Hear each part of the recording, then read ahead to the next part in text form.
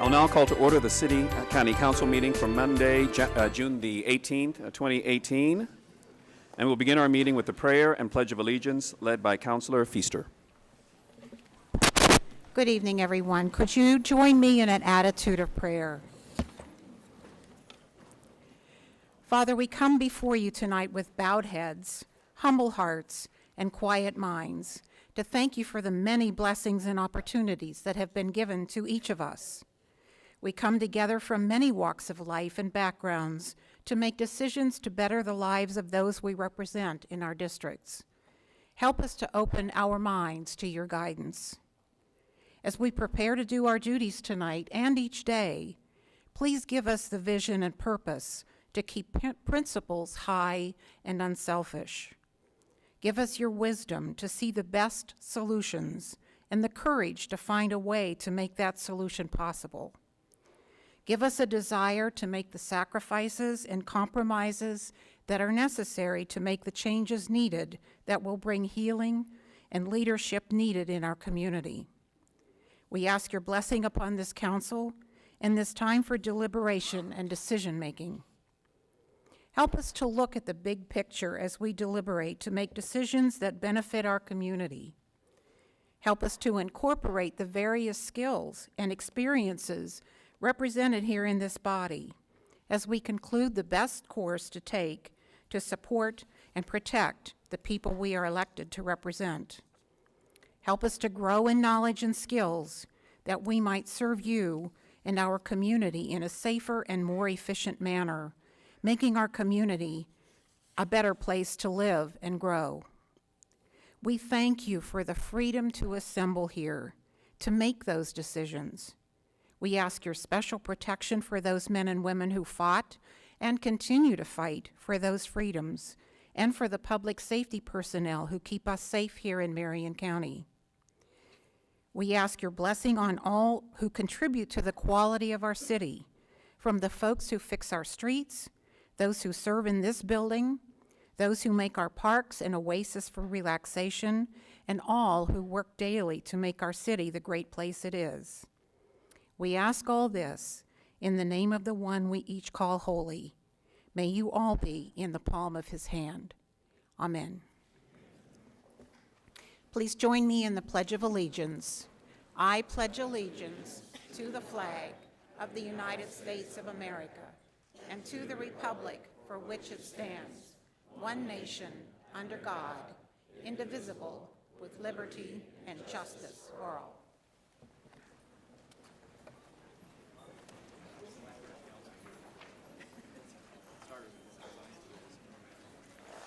Let all councilors please select your green button to indicate your attendance.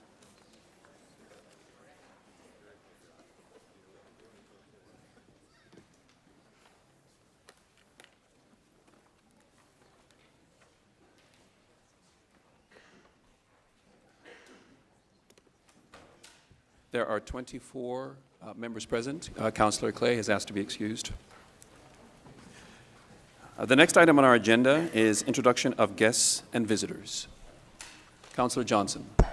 Thank you, Mr. President. I have two very special guests in the audience tonight. My wife, Natalie Clayton, is here, which is a very rare occurrence. Usually she watches on TV. And my good friend Anson Keller both are with us this evening. Councilor Feaster. Thank you, Mr. President. I'm really honored to recognize a friend, a longtime friend, and great supporter of our city of Indianapolis, Jerry Semler.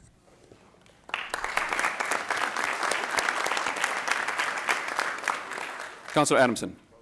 Thank you, Mr. President. I would like to welcome today the men and women of DPW AFSCME Local 725 who have labored over these past few months to make our streets the recovery that it has been. If you could stand up and be recognized.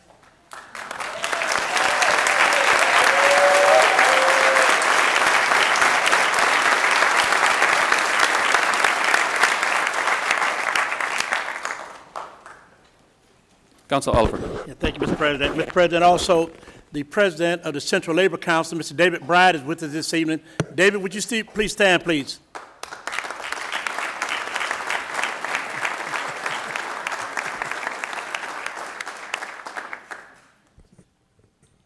Councilor Robinson. Thank you, Mr. President. I'd like to see thank you and support our Chief, Ernie Malone, IFD, please.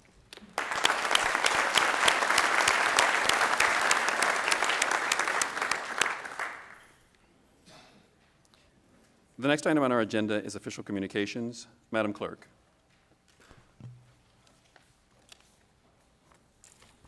Thank you, Mr. President. Ladies and gentlemen, you are hereby notified that regular meetings of the City County Council and Police, Fire, and Solid Waste Collection Special Service District Councils will be held in the City County Building in the council chambers on Monday, June 18th, 2018, at 7:00 p.m. The purpose of such meetings being to conduct any and all business that may properly come before regular meetings of the councils.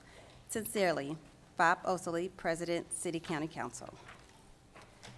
Ladies and gentlemen, pursuant to the laws of the state of Indiana, I cause to be published in the Court and Commercial Record and in the Indianapolis Star on Monday, May 28, 2018, a copy of a notice of public hearing on proposal numbers 199 and 198, 2018, said hearing to be held on Monday, June 11, 2018, at 5:30 p.m. in room 260 of the City County Building.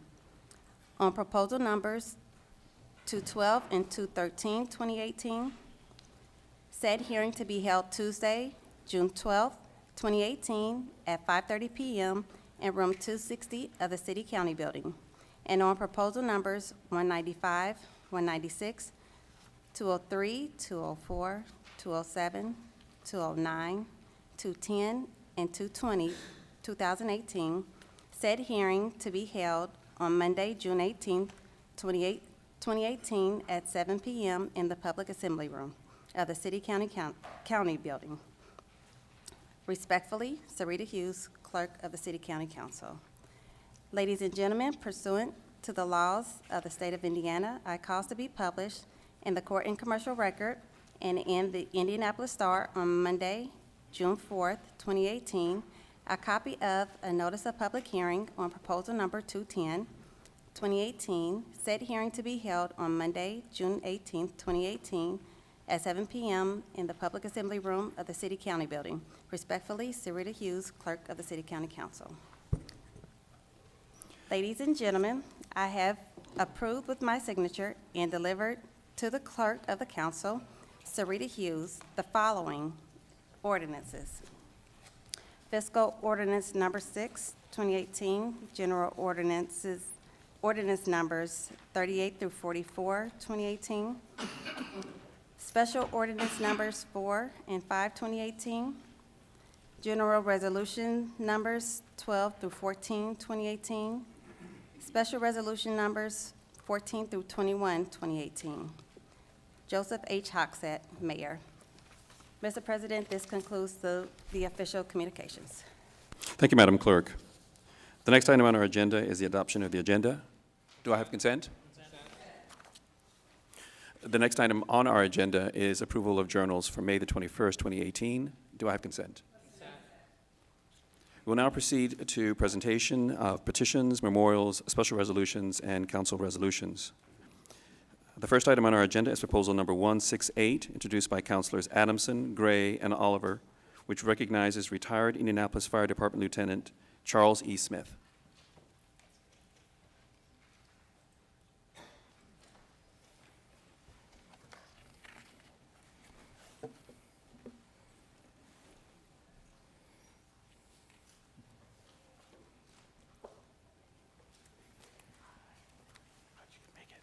Thank you, Mr. President. This is a extra special resolution recognizing retired Indianapolis Fire Department Lieutenant Charles E. Smith. Whereas Charles E. Smith joined a segregated Indianapolis Fire Department on October 18th of 1951, and whereas Charlie started his career at Station 1, then the only black firehouse, and stayed there for about 9 years, and whereas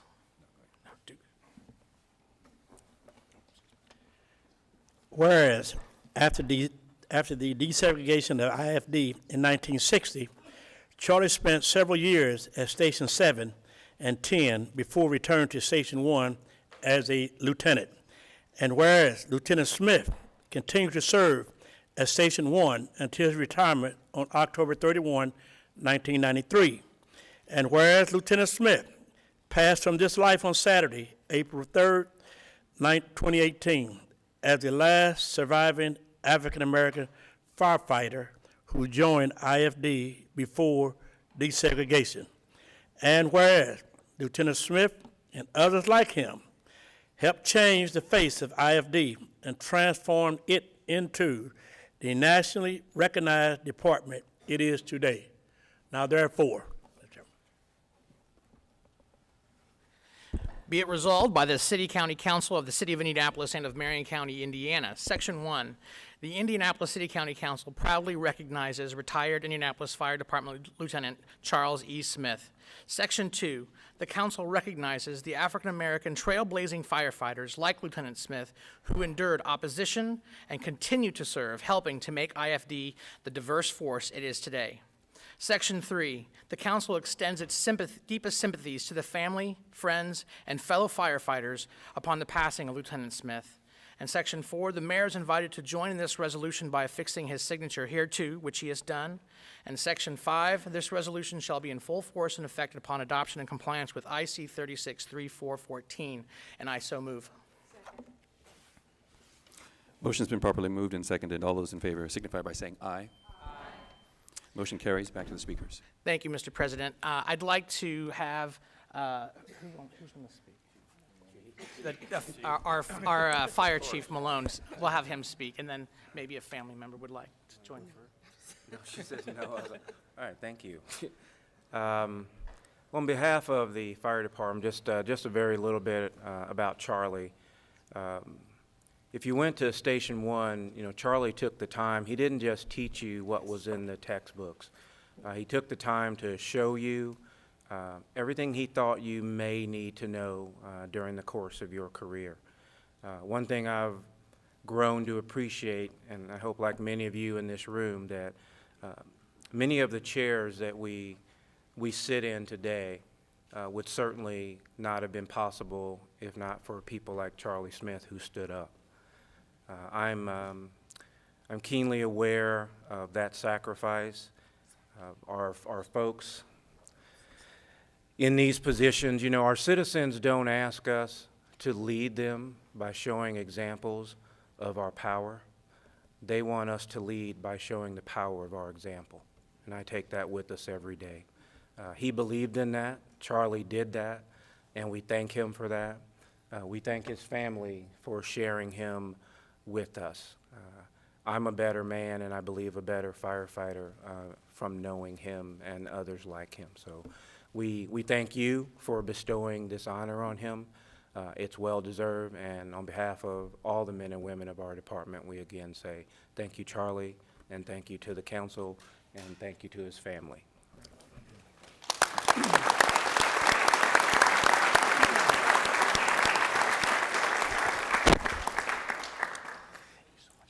I'd just like to thank the council for making this presentation to Charlie. Charlie, as most of the firefighters will tell you, was like a father to me. He was responsible for me coming on the fire department, and he was also responsible for my growth. There was a saying in the Black Firefighters Association, you owe for who you are. And I can truly say that I owe Charlie. And I'd just like to say, to his family, thank you for sharing him with us, and thank you for being a great person to all of us. Thank you.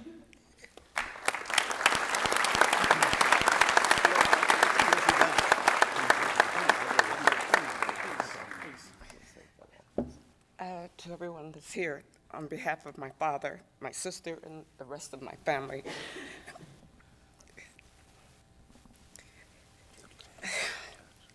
the fire department was truly his life up until shortly the day before. That's all he ever talked about. The fire department came first, we came second. We knew it, we understood it. There would be times we'd call, one of us would call, my mom or my sister would call to talk to him, and they would say, he's asleep. Call back later, but I'm his daughter. Call back later. So we truly understand what the fire department meant to him. And I'm proud that he was our father. Thank you.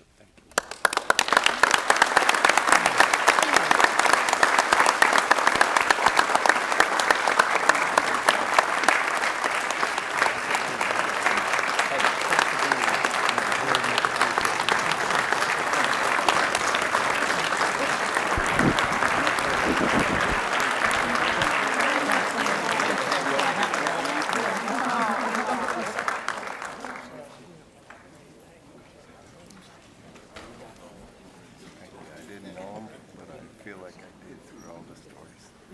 That would be council. Thanks for taking time to recognize. He's wonderful.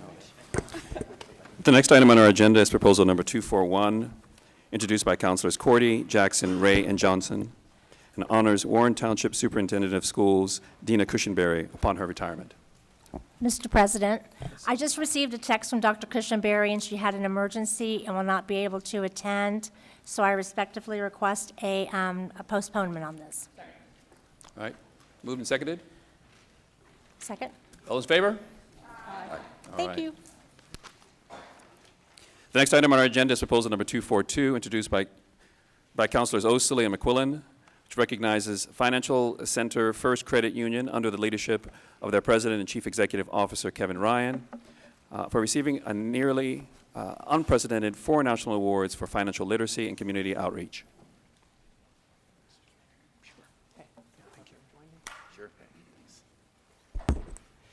Thank you, Mr. President. City County Special Resolution Number 24, 2018, proposal for a special resolution honoring Financial Center First Credit Union upon the leadership of their President and Chief Executive Officer, Kevin Ryan, for receiving a nearly unprecedented 4 national awards for financial literacy and community outreach. Whereas Indianapolis-based Financial Center First Credit Union has been serving over 55,000 members who work or live in Brown, Boone, Hamilton, Hancock, Hendricks, Johnson, Marion, Morgan, Putnam, and Shelby counties for 65 years. And whereas, as a non-for-profit entity guided by a dedicated board of directors that employs 145 individuals, the Financial Center's mission is to improve members' financial lives by ensuring favorable deposit and loan rates as well as reduced banking fees, demonstrating their commitment to the cooperative and community-minded nature of credit unions. And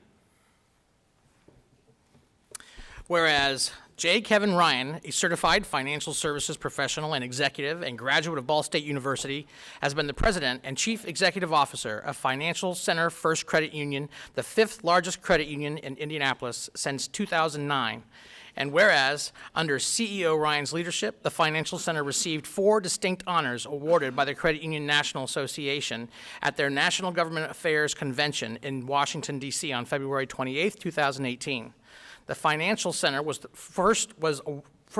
awarded the first place Desjardins Adult Financial Education Award. that's why I gave you that. Right. Their 4th consecutive award in this category for providing adult financial literacy to over 3,000 individuals in central Indiana. They also received a first place Dora Maxwell Award for outstanding social responsibility through their partnerships with Fox 59's Pack the Pantries program. This last one. And whereas the center also received a 2nd place Louis Herring Philosophy in Action Award for their International Advisory Committee, which advises the board on financial issues faced by Indianapolis's growing immigrant population.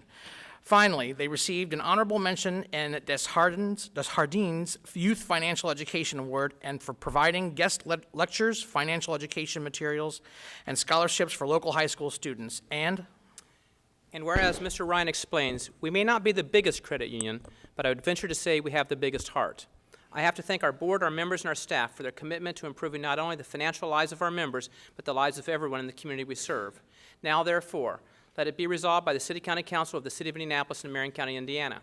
Section 1, the Indianapolis City County Council proudly recognizes and congratulates Financial Center First Credit Union and President and Chief Executive Officer Kevin Ryan on their commitment to financial literacy and social responsibility and on their national recognition for these efforts. Section 2, the council furthermore thanks Financial Center First for their commitment to the Indianapolis community as their home base and wishes them continued success. Section 3, the mayor is invited to join in this resolution by affixing his signature here too, which he has. Section 4, the resolution shall be in full force and effect upon adoption and compliance with Indiana Code 363414. The special resolution sponsored by Councilors Osley and McQuillan will be passed by the City County Council this 18th day of June 2018. And Mr. President, I so move. Second. Motion's been properly moved and seconded. All those in favor signify by saying aye. Aye. Motion carries. Back to the speakers. Thank you, Mr. President. I'd like Mr. Ryan to say a quick word, but I would like to point out his comment in the resolution saying they may not be the biggest credit union, but to venture to say they have the biggest heart. I think the City of Indianapolis and his credit union have a lot in common. So with that, Mr. Ryan, if you'd like to say a quick word or two. Yeah. First of all, my condolences to the Smith family and for the outstanding service that Lieutenant Smith provided. That's so impressive. It's hard to stand up here after something like that. But our credit union, you can talk about credit unions and you can say what they do, and more credit unions are alike than different. We've been around since 1953, but the big difference for our credit union are people like Marco Dominguez, who every Monday is at the Mexican consulate teaching financial literacy bilingually. The 3,000 member people that we taught last year, over 2,000 of them are not members. Most recently, we had an opportunity to raise some funds with Fox 59, no offense to any other news channel here, but it fed 300,000 people in Indianapolis, and we're also very much involved with supporting the United States military. So that's what I think makes us different. It's where your heart is. It's not what you do every day when you show up to work. It's what you do for others and what you give back. So President Vapasili, thank you so much. I very much appreciate this award. The rest of the members of the council, thank you. I did sit down on the red side with the yellow shirt. But Marco had the red shirt on. They did offer me a red shirt. So I know you've got a lot bigger things to work with today, but thank you so much for this recognition for Financial Center. It's truly not me. I just have a good knack for hiring good people, so thank you. Thank you. There's some council pens for you, and then a few copies of the presentation. Thank you so much. Thanks for being here. The next item on our agenda is Proposal 191, referred to Admin and Finance Committee. Chairman Simpson. Thank you, Ms. Thank you. Can you hear me? Yeah, okay. Thank you, Mr. President. Proposal 191, 2018, appoint Lakeisha Jackson to the City County Audit Committee, and it passed out of committee with a due pass. The vote was 7-0, and I so move. Motion's been properly moved and seconded. Any comments from councilors? Seeing none, I will proceed to the board for our vote.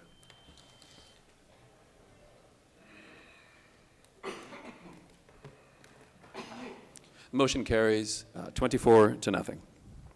Proposal number 192, referred to Admin and Finance Committee. Chairman Simpson. Proposal 192, 2018, reappoint John Gerton Jr. to the Telecom and Video Service Agency Board. It was a due pass out of committee. Vote was 8-0, and I so move. Motion's been properly moved and seconded. Any comments from councilors? Seeing none, we'll proceed to the board for our vote.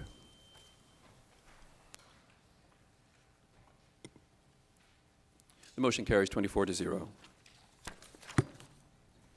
The next item on our agenda is Proposal number 201, referred to Public Safety and Criminal Justice Committee. Chairman Robinson. Thank you, Mr. President. Proposal 201, 2018 appoints Andrew Campbell to the Domestic Violence Fatality Review Team. Mr. Campbell said that he lived in Marion County all of his life. He earned his BA in psychology at IUPUI, also has his master's in public health. Councilor Oliver moves, seconded by Councilor Feaster, to send Proposal 201 to the full council with a due pass recommendation. The motion carried by a vote of 6-0. Mr. President, I so move.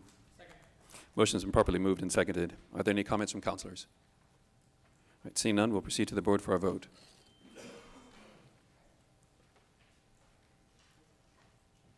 The motion carries 24-0. The next item on our agenda is introduction of proposals. Madam Clerk. Thank you, Mr. President. Proposal number 227, introduced by Councilors Gray and Evans, referred to the Municipal Corporations Committee, approves the issuance of local income tax revenue bonds of the Indianapolis Public Transportation Corporation in an amount not to exceed $26 million, and pledges local income tax revenues in the County Public Transportation Fund to the payment of said bonds for public transportation projects, including the Purple Line Rapid Transit Project, the Blue Line Rapid Transit Project, the Local Bus and Paratransit Infrastructure Project, and the Indigo Bus Replacement Project. Proposals number 228 and 229 refer to the Public Safety and Criminal Justice Committee. Proposal number 228, introduced by Councilors Robinson and Kreider, approves and adopts the Marion County Multi-Hazard Mitigation Plan update dated July 2018. Proposal number 229, introduced by Councilor Robinson, approves an additional appropriation of $400,000 in the 2018 budget of the Public Health and Safety Consolidated, the Office of Public Health and Safety Consolidated County General Fund to support the Violence Reduction Initiative. Proposal number 230, introduced by Councilors Kreider, Coates, McQuillan, Evans, Fanning, and Cordy, referred to the Metropolitan and Economic Development Committee. Amends the code to revise outdated terminology and revise requirements for solicitation entering on private premises, to add a non-solicitation registration implemented by the Department of Business and Neighborhood Services, and impose a nighttime solicitation curfew for all city residences. Proposal numbers 231 through 236 and proposal numbers 238 through 240 all refer to the Public Works Committee. Proposal number 231, introduced by Councilor Holliday, authorizes parking restrictions on Orley Road from Stansted Road to County Line Road in District 20. Proposal number 232, introduced by Councilor Osley, authorizes parking restrictions on East 15th Street and Bellefountain Streets near College Avenue in District 11. Proposal number 233, introduced by Councilor Osley, authorizes intersection controls at Harding Street and Waterway Boulevard in District 11. Proposal number 234, introduced by Councilor Adamson, authorizes parking restrictions on Brookside Parkway South Drive from Sherman Drive to Rural Street in District 17. Proposal number 235, introduced by Councilor Miller, authorizes parking restrictions on Court Street between White River Parkway West Drive and Harding Street in District 16. Proposal number 236, introduced by Councilor Osley, authorizes parking restrictions on Court Street near Delaware Street in District 11. Proposal number 238, introduced by Councilor Osley, authorizes intersection controls at Talbot Street and 18th and 21st Streets in District 11. Proposal number 239, introduced by Councilor Miller, amends the code to adopt new provisions within Chapter 621 regarding the residential permit parking program to formally establish the program and provide a mechanism for more enforcement. Proposal number 240, introduced by Councilors Miller and Adamson, amends the code to adopt new provisions within Chapters 621 and 986 regarding temporary closure of metered parking spaces. Mr. President, this concludes the introductions. Thank you, Madam Clerk. The next item on our agenda is special orders, priority business. Proposals number 243 and 244 are both rezoning ordinances certified for approval by the Metropolitan Development Commission on May the 18th, 2018. If no councilor wishes to call down the proposals for reconsideration, the proposals will pass into law. Does anyone wish to call down any of the proposals for reconsideration? Seeing none, the proposals will pass into law. Proposals numbers 245 through 251 are all rezoning ordinances certified for approval by the Metropolitan Development Commission on June 8th, 2018. If no counselor wishes to call down the proposals for reconsideration, the proposals will pass into law. Does anyone wish to call down any of the proposals for reconsideration? Seeing none, the proposals will pass into law. The next item on our agenda is special orders, public hearing. The first item on the agenda is proposal number 195, referred to Education Committee. Chairman Johnson. Thank you, Mr. President. Proposal number 195, 2018, approves an additional appropriation of $560,000 in the 2018 budget of the Department of Metropolitan Development, Redevelopment General Fund to finance a program that enhances post-secondary educational opportunities and access to youths and adults in Marion County. During committee, Chairman Johnson stated that over a year ago in the State of the City address, Mayor Hogsett announced that Indianapolis would embark on an effort to implement Indianapolis Promise. Shortly thereafter, the mayor convened the Indianapolis Promise Task Force, a group comprised of the city's major philanthropies, institutions of higher education, community leaders, including counselors, to explore the concept. In May, the task force released their recommendations representing a robust and focused effort to increase access to post-secondary education, ensure students have the greatest likelihood of completing their degrees or other credentials, and to align their work to the labor market demand. Mackenzie Higgins, the mayor's office project manager, gave a brief presentation including the mission statement, policy platform, program administration, partnership with Indiana University, Purdue University, Indianapolis, and Ivy Tech Community College, the ongoing sustaining funding, and the startup appropriation, which is covered in proposal number 195. Councilor McQuillan moves, seconded by Councilor Lewis, to send proposal number 195 to the full council with a due pass recommendation. The motion carried by a vote of 6-0. Mr. President, I so move. Motion has been properly moved and seconded. Are there any comments from councilors? Councilor Adamson. Thank you, Mr. President. I think the issues that will be addressed with this proposal are definitely good things that we should be focusing on. I want to make sure, though, as I did speak with the mayor's staff, there's a much larger proposal, much larger budget item that's coming up that will sort of be the continuation of this proposal. And I'm concerned about the expenditure of that large sum of money on this type of expenditure versus other issues that we do have that we're not addressing.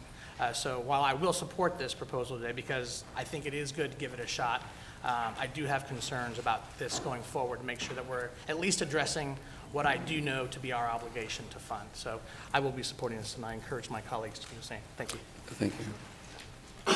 Just a moment. Councilor Johnson. Thank you, Mr. President. Proposal number 195 and the effort it helps to initiate is focused on confronting some of our city's most pressing challenges. By 2020, 62% of the jobs in our state will require some form of post-secondary credential, yet just 42% of Marion County residents hold the requisite degree. This skills gap threatens our economic competitiveness, it restricts the growth of our tax base, and most importantly, these low college attainment rates are a major barrier as our residents fight to achieve the American dream, as we seek to effectively combat generational poverty, and as we work to provide livable wages to our community.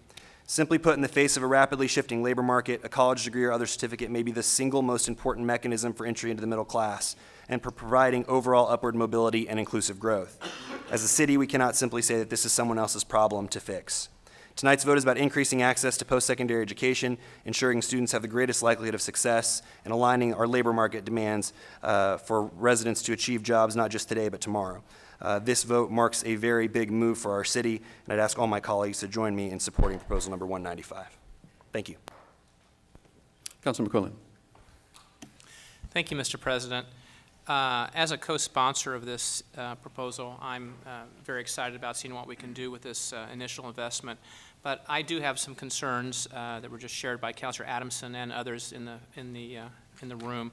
Just briefly, what assurances or what expectations do you have for finding the next chunk of money that's going to be required to make a good thing better? Councilor Johnson. Thank you, Mr. President. I'd actually, with your permission, invite Tim Moriarty from the mayor's office to address questions about the budget that would be introduced by the mayor in the coming months. The proposal tonight deals with initial seed funding to ensure that we can build an infrastructure that will prepare our residents to fill this skills gap. May I, Mr. President? Good afternoon, everybody. My name is Tim Moriarty. I serve as special counsel to the mayor. With me is Mackenzie Higgins, who was previously introduced. Hi, Mackenzie Higgins, project manager at the mayor's office. Yeah, Mr. Minority Leader, the answer to your question is, as Mr. Cook said in the committee meeting, that this is a priority for the administration, and we will be working with the council to identify those additional dollars through the budget process. Councilor Adamson. Thank you, Mr. President. Mr. Moriarty, the concern wasn't that we couldn't find the money. The concern is whether or not we're going to be addressing some of the things that have gone unaddressed thus far. Like Sure.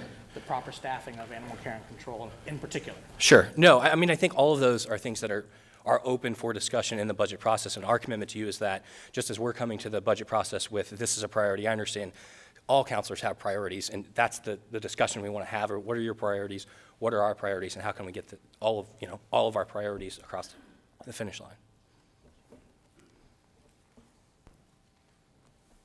Councilor Oliver. Yes, question and a statement first. Some of us have suspected for a while that maybe far too many of our children need remedial education, repeated 11th and 12th grade at the college level. This will enhance their college performance, graduation on time. Yeah, I'm going to let Mac take that one. So in particular with remedial education, one of the institutional reforms this program will address is co-requisite remediation.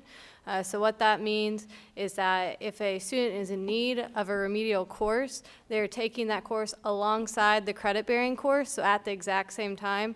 So they're getting the additional support they need while also earning credit for the classes they are taking and ensuring they're staying on track to college graduation on time. So that was one of the key pieces that we included in the policy recommendations. Thank you. Councilor Simpson. I guess expand on, I'm definitely a supporter of this, but vocational, kids that are not going to college, going to VOHAB, rehab, like Warren Township, they have, schools where people can take choices. Is this going to assist some of those people to, welding and get a license and plumbing?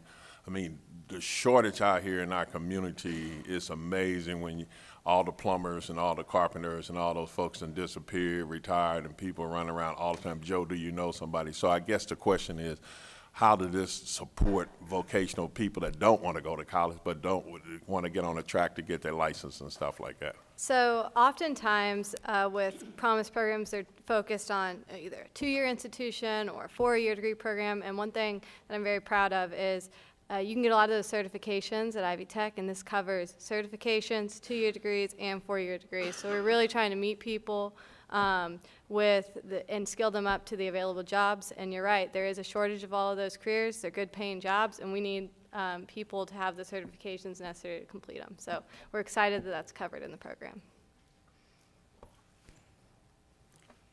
Councilor Feaster.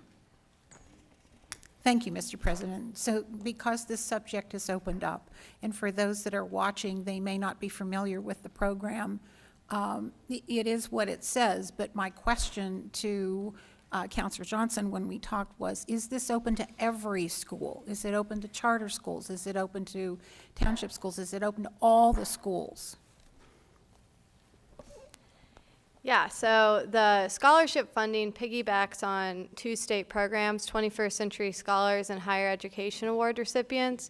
So that's open to any Marion County resident that is qualified in those 2 categories. So that addresses your high school population. For the adult students, there's a completion grant portion of the funding, and that is for any Marion County resident at Ivy Tech or IUPUI. And so again, that is for any Marion County resident. So it has a pretty broad impact. Thank you. Yep. Councilor Johnson. I'm sorry. Councilor Miller. Thank you, Mr. President. To something that Councilor Simpson alluded to, I think we also want to make sure we continue to remind folks that college isn't the only option. Apprenticeship programs through the building trades is a fantastic example of where you can earn money while you're learning your trade and have a lifelong career. But on the other hand, we do know that college is critically important, so I think this program is essential. I do think it would be great to see that we look to some of our non-public universities. I understand why the public dollars work better at an Ivy Tech and an IUPUI, but UIndy, Marion, Martin, Butler, you know, if there's just some way we could offer them something, if they can find a way to make it work. I understand right now we think it might be hard, but I just hope we keep reaching out to them to give them that chance. And then I guess as someone who has spent my entire council career, if not the whole reason I ran for council, to fight for infrastructure, I have to bring up something for us all to realize tonight, and I left for everybody something you've probably all seen, but this summary that came not from me, but from DPW and not from another administration, but from the current administration of where we're at on our infrastructure dollars. And, you know, you can look at all the numbers, or again, my little pretty cute chart that I made of the little thing there showing the money and where we're at. But the bottom line is this year we were underfunded $90 million in infrastructure according to the administration's figures. We should be spending $178 million maintaining our infrastructure, and we spent 88. Why do I bring that up? Because it is not Mayor Hogsett's fault that we did not fund $90 million. It is the neglect of administration after administration after administration to put off fixing our roads. We saw that this winter when we had pothole Mageddon. I mean, it was terrible. But again, that's not something Mayor Hogsett did. That is something several mayors have done. Well, now we have suddenly found $2 million. Yay, first of all. And now we're deciding what to do with it. Not tonight. Tonight's $500,000. But we're not going to fund something tonight, I suspect, at least as a council body, that we don't plan to continue to fund. It'll be $2 million for several years coming forward. If we press green tonight, which I plan to do, we are adding to the people that said, I'll take care of this gap later. I found some money. I'm going to go do something else first. I'm only pointing that out to say we have got to stop doing this. And we have got to take this seriously, because when we go back to our constituents and say, I can't fix your sidewalk, they can naturally go, but you can fund somebody going to college, but not my sidewalk. And I'm disabled and I broke a hip on it. So it's serious stuff.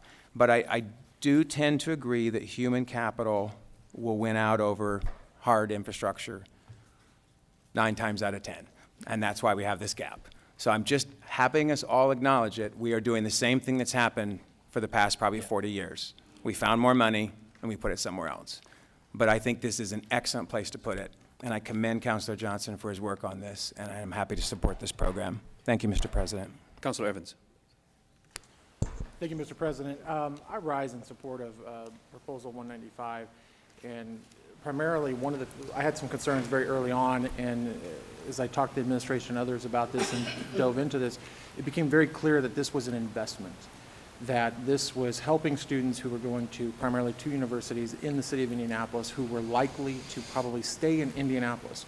So we were trying to advance them from making 30, 40, or 50,000 and getting them a degree or certificate that's going to get them 60, 70, 80,000. And in today's environment, we all understand, as Councilor Miller just pointed out, that we need more investment and income in our city of Indianapolis.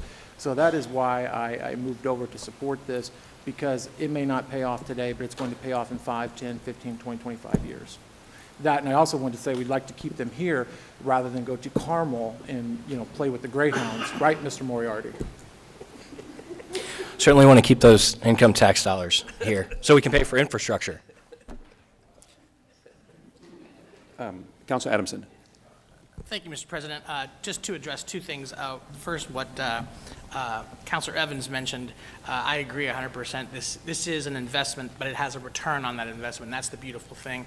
To address some of what Councilor Miller had mentioned, I agree 100%. That's why I brought up animal care and control. That is something else that we're not funding properly. So it concerns me when we start to suddenly find resources for things that are not in the purview of what is our list of responsibilities. Important nonetheless, exactly, I want to make that clear, that it is important that there is a return on an investment. But the one clarification I will make regarding the infrastructure, that after several administrations have sort of put off the maintaining of our roads, we have Proposal 210 that will be coming up later that will invest in the maintaining of our roads, which has not really happened in about 10 years. So I look forward to everyone supporting that as well. Councilor McHenry. Thank you, Mr. President. Kind of piggybacking on a little bit on what Councilor Evans said, but I know recently there's been a lot of job fairs. Our West Side Chamber had one. We had lots of employers that had excellent jobs that were available, and we did not have enough potential employees to fill those jobs. You go to by any business and you see businesses having job fairs, and you see businesses that want employers. We need to, or employees rather, we need to make sure that we do educate people, because these jobs are going unfilled because people don't have the training, don't have the education, be it trade schools, be it technical schools, be it universities. They don't have the training to fill these jobs, and we need to do more to promote that, to get people employed in Indianapolis for the companies that are in Indianapolis, and getting people to stay in our city and reside in our city so that they are paying their income taxes to our city to help then fund our infrastructure needs rather than having them moving out of the county. Thank you. Councilor Scales. Thank you, Mr. President. I'm just wondering, I know that the state, I talked to the Indiana Commissioner for Higher Education, Teresa Lubbers, this afternoon, because I saw that online the state has programs that pretty much duplicate what we're attempting to do. They've been the sponsor of the 21st Century Scholars Program for about 20 years. So I'm wondering, first, what new things that we think we can do to make this 21st Century Scholars Program more of a success that hasn't been done. And then secondly, because they mentioned they have over $20 million to provide for the next 2 years for Hoosiers and employers for training and certifications that help Indiana meet current workforce demand, as well as they're offering another employer training grant of $2,500 per employee. So I guess I'm wondering, when I talked to Ms. Lubbers today, the commissioner, I asked, are we working independently from the state, or are we working to help implement your stated goals and working more in partnership?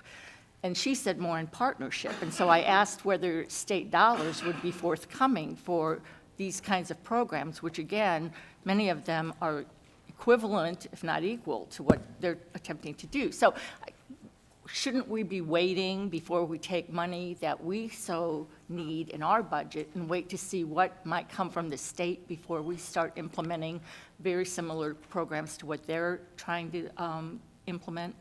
This is very much in partnership and in concert with what the state is doing. I'll give you an example. So 21st Century Scholars is absolutely a program that we are piggybacking off of. We are offering both additional financial support for those students, but also a lot of wraparound services for those students to ensure that there's a return on that investment. And why that's so important, for example, sign up for 21st Century. Only 43% of Marion County kids eligible signed up in 2015 for 21st Century, which means that over 50% of kids eligible aren't getting the scholarship dollars they're entitled to. So the stated goal is to increase that number to 100% 21st Century Scholarship enrollment, so that we are maximizing the state's investment in higher education. So that's just one example, but it's in concert throughout the program as far as access goes. Once you move into retention and completion, one thing that you find in the data is that 21st Century Scholars are actually accessing higher ed, meaning attending at a higher rate than the average Indiana resident. But once you get into retention and completion in that post-secondary degree program, those numbers inverse, and they are completing at a lot lower rate than the average Indiana student. And so what happens is they have a full scholarship, but they aren't able to navigate some of the process. And so what Indy Achieves is seeking to do is provide those wraparound services at every step in the way, so that not only are they accessing at a higher rate, but they're retaining and completing at a much higher rate. But we're very much in partnership with the commission. Okay, thank you. You're welcome.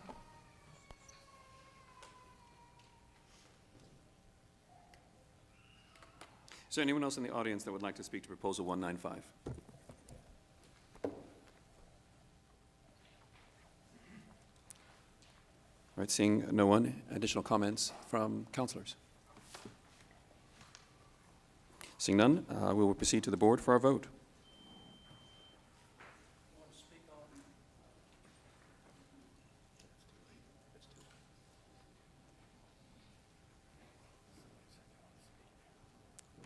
It's too late.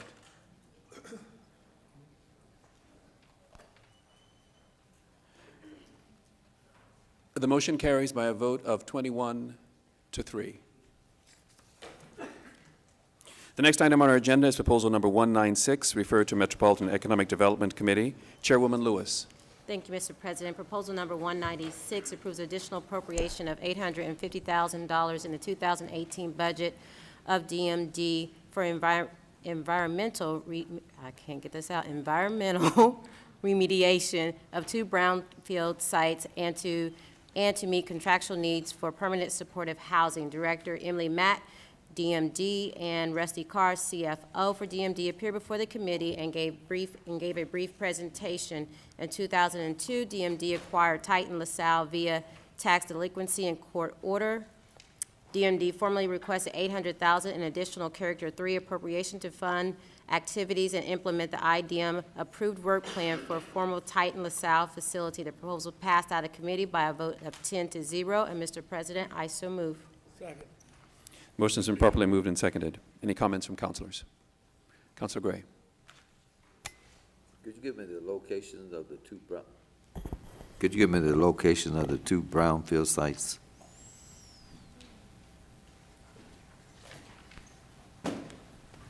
I don't have the addresses. I believe there's someone here from DMD. Is there someone here from DMD?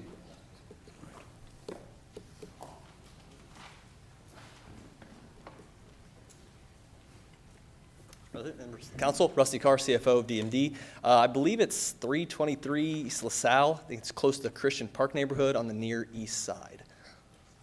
South, sorry. Both of them? It's actually one, but it's kind of made up of 2 campuses. There's Titan LaSalle and Titan Yandes, so that's kind of where the little confusion is. What was there before? It was a former metal powder coating facility, a trucking industry. There were various uses of the facility. Okay, thank you. Mm-hmm.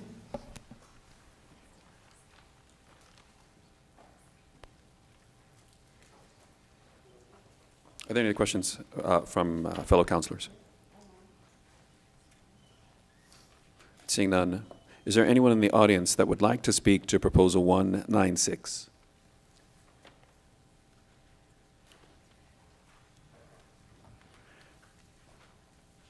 Seeing no one, additional comments from councilors? All right, seeing none, we'll proceed to the board for our vote.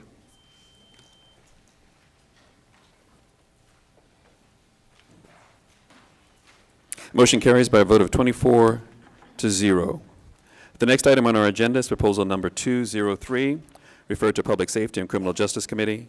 Chairman Robinson. Thank you, Mr. President. Proposal 203, 2018 approves additional appropriations and transfers totaling $451,036 in the budget of Marion County Prosecutor's Office and the Prosecutor's Equitable Sharing, State Grants and Drug-Free Community Funds to purchase vehicles and equipment and implement the felony diversion program.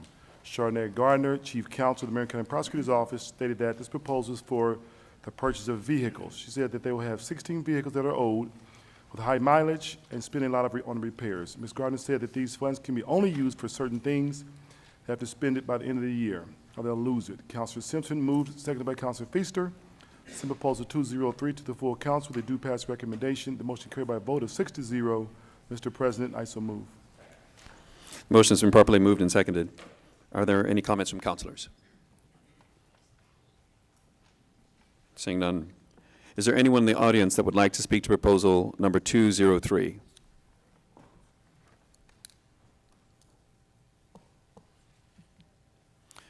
Seeing no one. Councilors, are there any additional comments? Seeing none, we'll proceed to the board for our vote.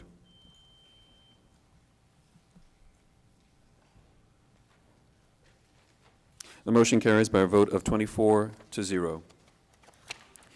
The next item on our agenda is proposal number 204, referred to Public Safety and Criminal Justice Committee.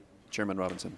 Thank you, Mr. President. Proposal 204, 2018 approves an additional appropriation and transfer totaling $115,000 in the 2018 budget of IMPD's general and city community capital funds to purchase equipment for the traffic division covering costs associated with Leadership Academy and support a furniture upgrade at the training academy. Valerie Cunningham, Deputy Chief of IMPD, said that they are asking for an appropriation of $85,000. It comes from revenue they have gathered for participants outside IMPD that attend their Leadership Academy. She also said that these come from the funds from the traffic division, receive some NFL teams when they have to escort these teams to the venue. Councilor Simpson moves, seconded by Councilor Feaster, to send proposal 204 to the full council. They do pass recommendation. Motion carried by a vote of 6-0. Mr. President, I so move. The motion is properly moved and seconded. Are there any comments from councilors? Seeing none, is there anyone in the audience that would like to speak to proposal 204?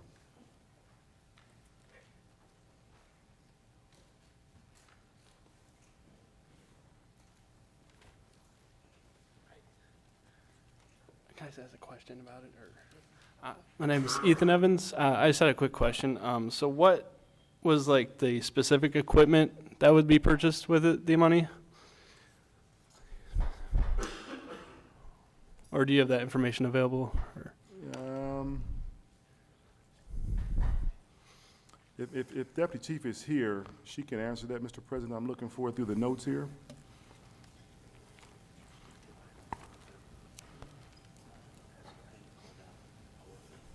Okay, here we go. I got Mr. President? Yes. I got equipment for the traffic branch such as high visibility rain suits and radar units, and some credit for money to purchase emergency lighting and motorcycles, on motorcycles. So high visibility rain suits, radar units, and some emergency lighting on motorcycles. Okay. And some additional furniture for the additional classrooms at the academy. Okay, thank you. Thank you. Thank you, Mr. President. Thank you. Are there any additional questions from anyone in the audience?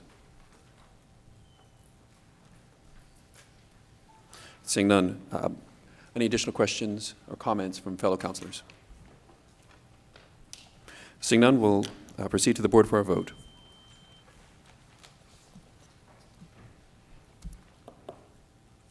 And the motion carries by a vote of 24-0. The next item on our agenda is proposal number 207, referred to Public Safety and Criminal Justice Committee. Chairman Robinson. Thank you, Mr. President. Proposal 207, 2018 approves an additional appropriation of $4,200,000 in the budget, 2018 budget of the Office of Public Health and Safety in the Consolidated County General Fund for land acquisition and lease expenses related to the Community Justice Facility Complex. Paul Babcock, the Director of Office of Public Health and Safety, stated that the council passed proposal number 411, 2018, which included the approval of the $4,200,000 for the payment to citizens for the land for the new criminal justice complex as well as adjacent parcels. Scott Chin, the attorney for the Community Justice Campus Project, stated that the remediation work plan only deals with those parcels that call for core properties that the campus will sit on. Councilor Simpson moves, seconded by Councilor Oliver, to send proposal 207 to the full council. They do pass recommendation. Motion carried by a vote of 6-0. Mr. President, I so move.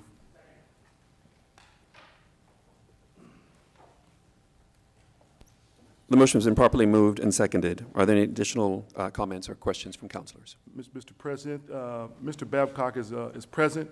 He'd be eager to answer any questions regarding this proposal. So do I see any questions from councilors? All right, seeing none. Is there anyone in the audience that would like to speak to proposal number 207?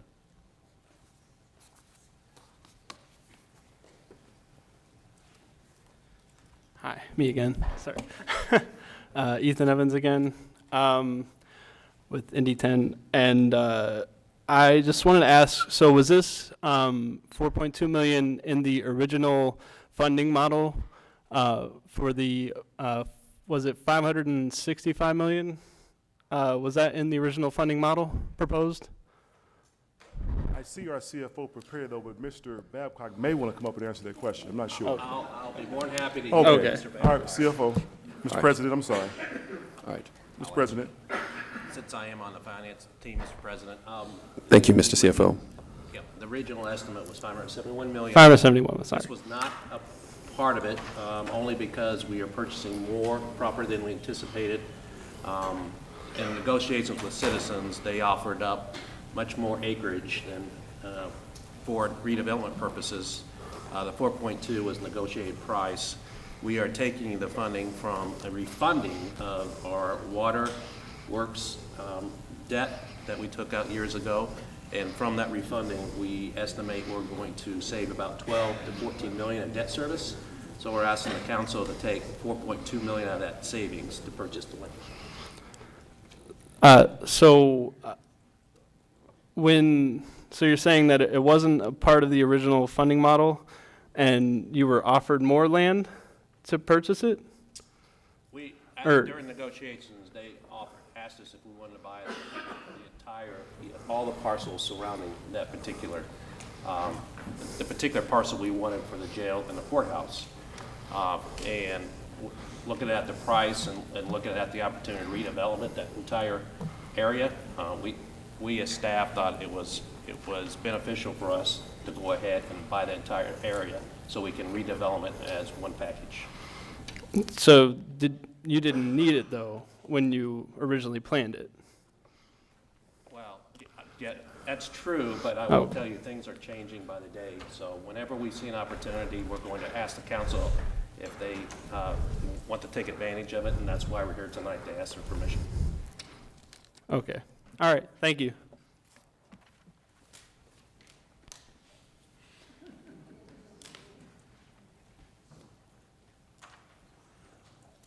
Is there anyone else in the audience with, who would like to speak to Proposal 207?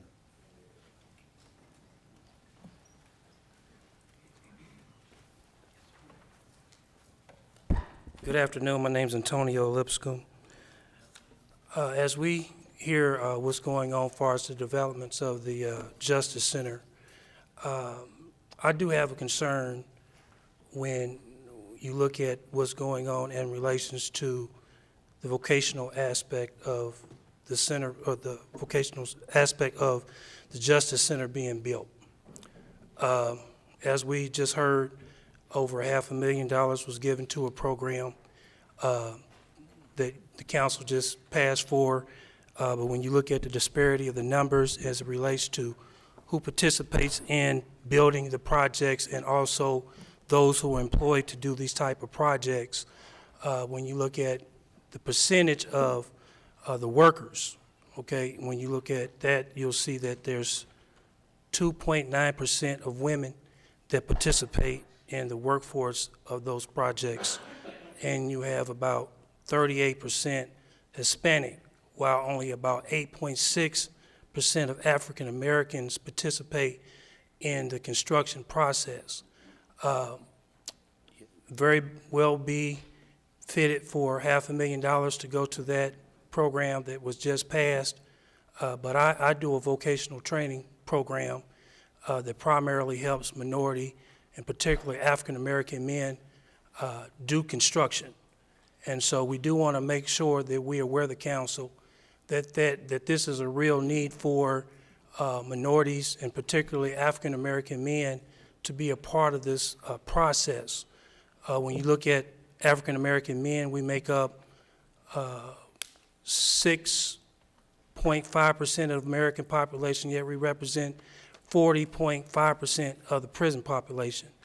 And so while we see the masses being incarcerated, we hope that the council would consider being willing to do a little more effort in passing resolutions that could help with this mass incarceration program, process that's going on in our community. I do have a plan to want to go inside jail too and start doing some training so when these guys get out, we can put them to work, and hopefully with all this money that the city is giving to the Justice Center. We're talking to the company called Clayco out of Chicago, and Brent is being considered to be one of the contractors to get this bid. So I do want to let you guys know with this $125 million project that let's be sensitive about the people who really kind of need it the most. Thank you. All right, is there anyone else in the audience who would like to speak to Proposal 207? All right, seeing no one, any additional comments from councilors? Councilor Jackson. Thank you, Mr. President. If we can get his information, contact name and information, I appreciate it. Thank you. CFO, I'm sorry. Will you be able to get his information? You can get the gentleman's information for Councilor Jackson. That's what we're doing that right now. Yeah. All right, very good. Sure. Are there additional comments from councilors? All right, seeing none, I will proceed to the board for our vote.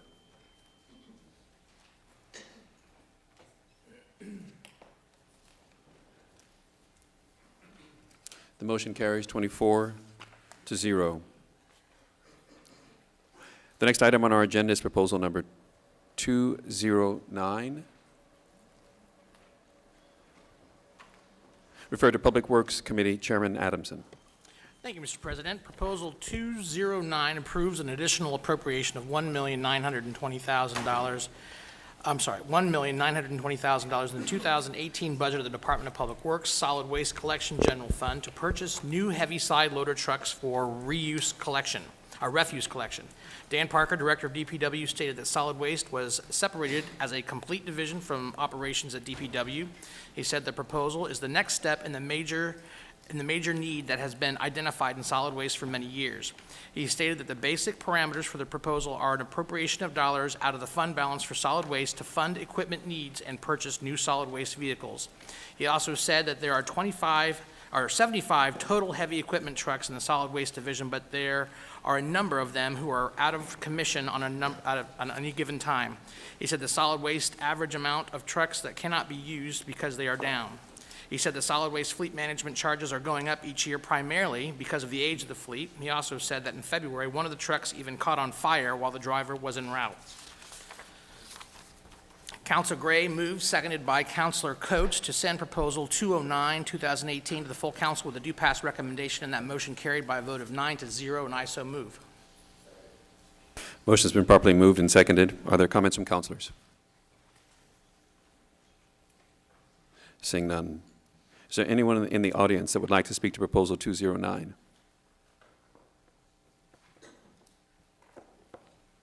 All right, seeing none. Additional comments from councilors? Seeing none, we'll proceed to the board for our vote.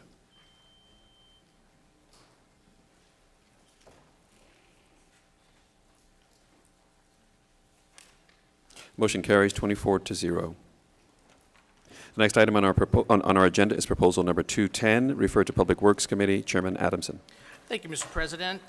Proposal number 210, 2018, approves an additional appropriation of $9,100,000 in the 2018 budget of the Department of Public Works Transportation General Fund to purchase capital equipment and to hire additional staff to perform street maintenance work.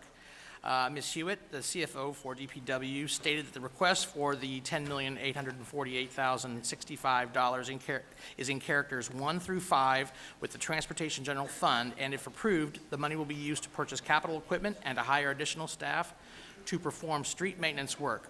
The cost of the equipment is estimated to be $7.4 million, and this will be used by the additional staff to maintain the streets. She stated that the remaining dollars will be used for salaries, supplies, and routine maintenance on the heavy equipment purchased. Mr. Parker stated that in 1990, they had 350 employees to address 6,552 lane miles, that in 2018, they have 99 employees to address 8,148 lane miles. The dollars in this proposal will be used for street maintenance staffing needs to hire 36 full-time and union employees, 3 full-time management employees, 39 full-time employees added to current DPW operations, and dedicated staff specifically for streets.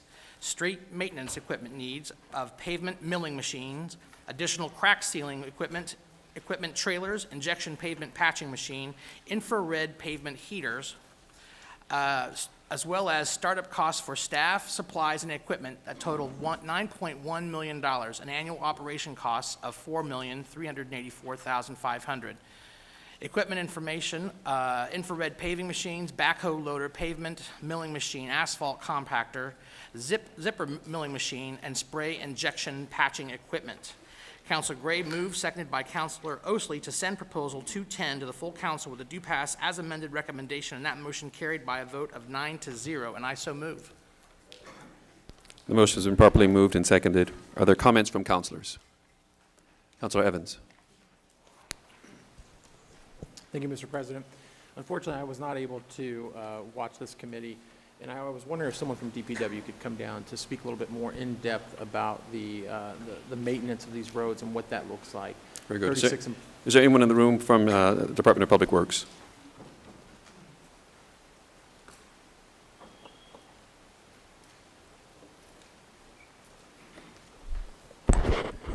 Thank you, Mr. President. Dan Parker, Director of Indianapolis DPW. Director Parker, I'm looking at, so 36 employees, is that 6 crews? We have crews of 6, or? Yes. And so what does the maintenance look like? Are they actually going to be going out? So if we need a repavement in one of our neighborhood streets, will we now be able to go out and do that rather than contracting that work? Yes. So there'll be various different crews. Some of it be milling, so strip patching on our own. Some of it will be a full depth reclamation, and some of it will be trying to keep the pavement we have, and that's what the infrared machine is for. We can heat up the pavement and roll it so we can save some of the pavement that's out there now. So the goal of this program is to, we have major reconstruction and we have chuckle patching. We need to maintain the streets and make them last longer.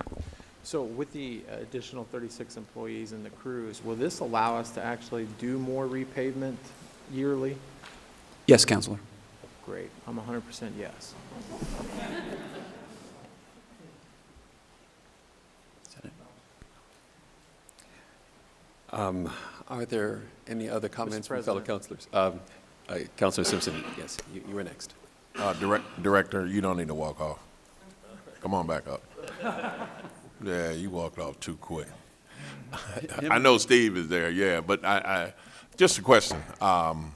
So you're going to purchase this equipment. What about the supplies, the asphalt? I mean, do you have money in the budget, or you got to come back to us or how are you going to maintain that? Because you're going to be spending a lot of money. You know, the asphalt is not free, you know, so can you give me an update on that? That is built into tonight's for the remainder of this year. For remainder of this year. Additional asphalt, and it will be built into our 2019 budget that's presented to you. Okay, thank you. Councilor Miller. Thank you, Mr. President. Yes, as Vice President Adamson alluded to, one of the reasons I felt more comfortable supporting the earlier proposals using $2 million for college education was I knew this was coming. To Director Parker's point, this is brilliant. Well met, sir. This is what we need to be doing, is keep making sure our infrastructure we have lasts longer. It's just not lasting long enough. The strip patching is huge, and that used to be done. I think you gave stats in committee on the fact that it was done regularly, and that just stopped for a long time, and that's part of why we had the big problem we have. Yes, we have infrastructure that you could strip patch it all day long, and it ain't going to be any better. We've got to redo it completely. But we've got a lot of stuff that would last longer if we did this, so I really appreciate your effort on doing this. This will add an annual cost also, but it's well worth it, not just in the equipment, but the employees, because they're going to be out there taking care of this. So thank you all. I know AFSCME had a lot to do with this as well. So fantastic work, sir. Very proud to support. Councilor Jackson. Thank you, Mr. President.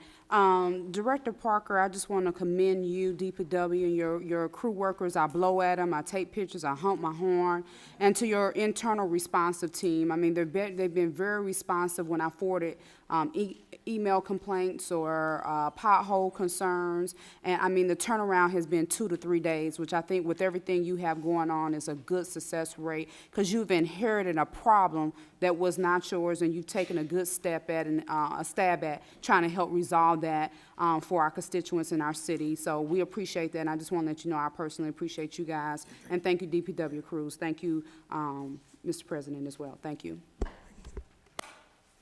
Councilor Adamson. Thank you, Mr. President.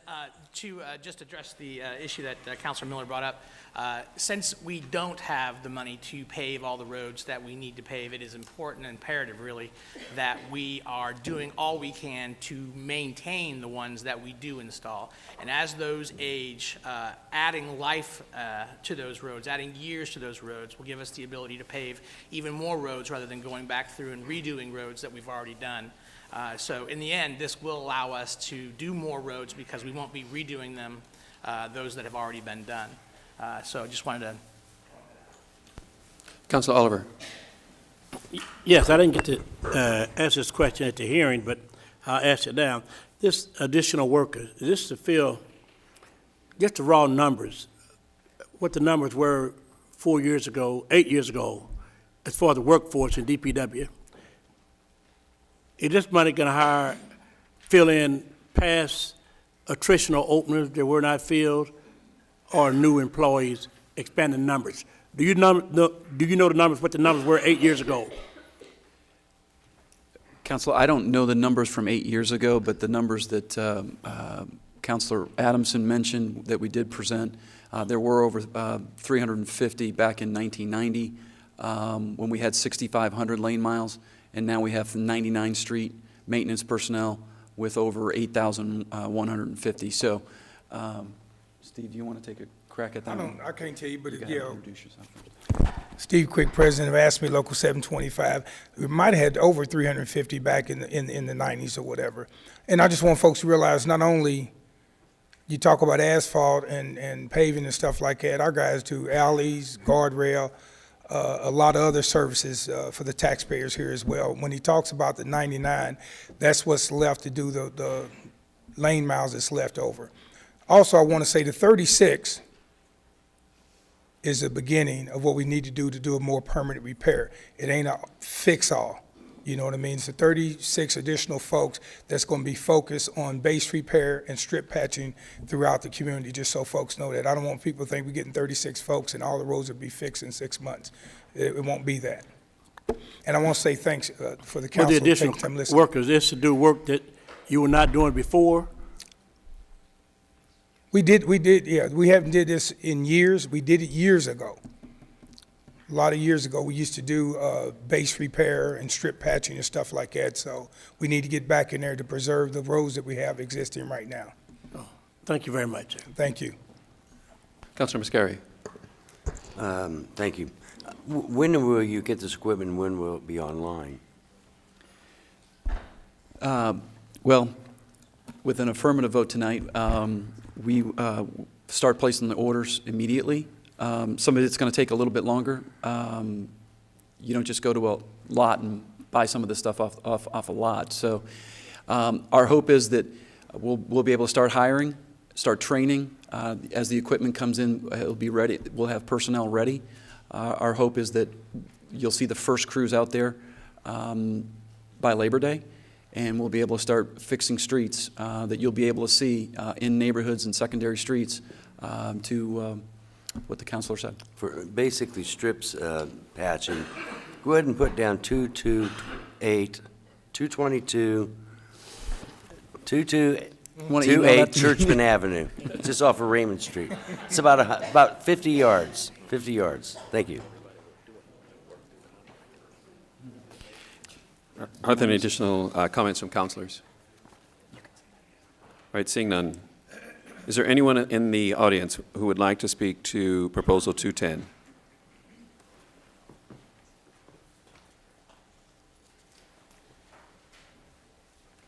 Seeing none, any additional comments from councilors?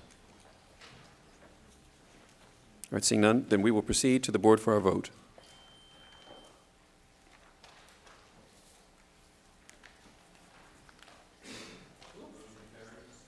The motion carries 24-0. The next item on our agenda is Proposal 220, referred to Admin and Finance Committee, Chairman Simpson. Thank you, Mr. President.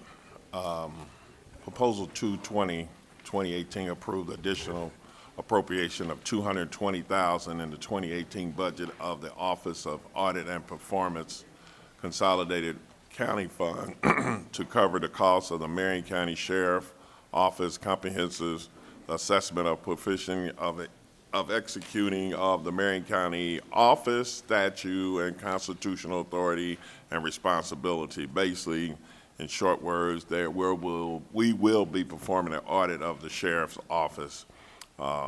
It went due pass, 7-0, and I so move.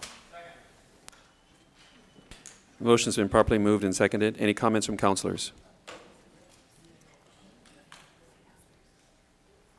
Seeing none, is there anyone in the audience that would like to speak to Proposal 220?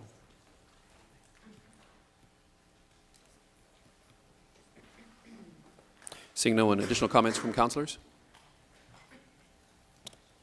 Seeing none, we'll proceed to the board for a vote.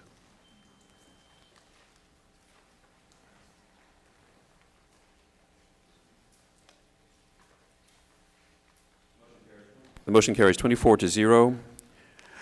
We will now proceed to special orders, unfinished business. There is no business under special orders, unfinished business. We will now proceed to special orders, final adoption. And the next item on our agenda is proposal number 159, referred to Public Works Committee. Chairman Adamson.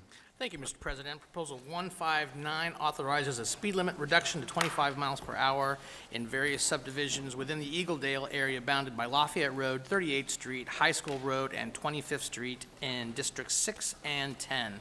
Councilor Gray moves, seconded by Councilor Oliver, to send Proposal 159, 2018 to the full council with a due pass recommendation, and that motion carried by a vote of 8-1, and I so move. Motion's been properly moved and seconded. Any comments from councilors? Seeing none, we'll proceed to the board for our vote.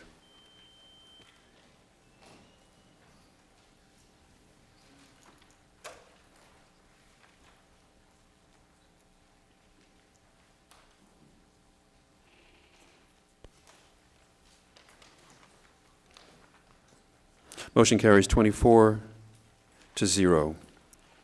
The next item on our agenda is proposal number 187, referred to Education Committee. Chairman Johnson. Thank you, Mr. President. Proposal number 187 amends the code to reflect the creation of a new Education Committee as a standing committee of the council with regard to oversight of the Indianapolis pre-K program.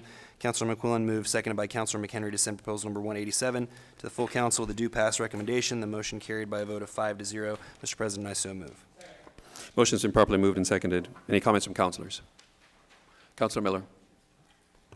I just have to ask, because I just want to make sure, we don't have any issue that we're voting on its creation, but it's already met, right? I don't know how that works. I mean, obviously, I'm 10,000% in support of it. Sure. Councilor Johnson. Yeah, thank you, Councilor Miller. The committee had already been created and thus has met. This is simply a technical correction in the code to reflect that the pre-K program would report to this committee. Any other comments from councilors? All right, seeing none, we'll proceed to the board for our vote.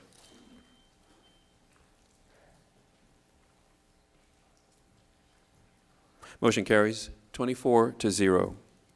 The next item on our agenda is proposal number 193, referred to Admin and Finance Committee. Chairman Simpson. Thank you, Mr. President. Proposal number 193, 2018, approve a transfer of $100,000 in the 2018 budget of the Information Services Agency, Information Services Fund to purchase docking station monitors, audio and visual equipment. It passed out of committee with a due pass, 8-0. So move. Motion's been properly moved and seconded. Any comments from councilors? All right, seeing none, we'll proceed to the board for our vote.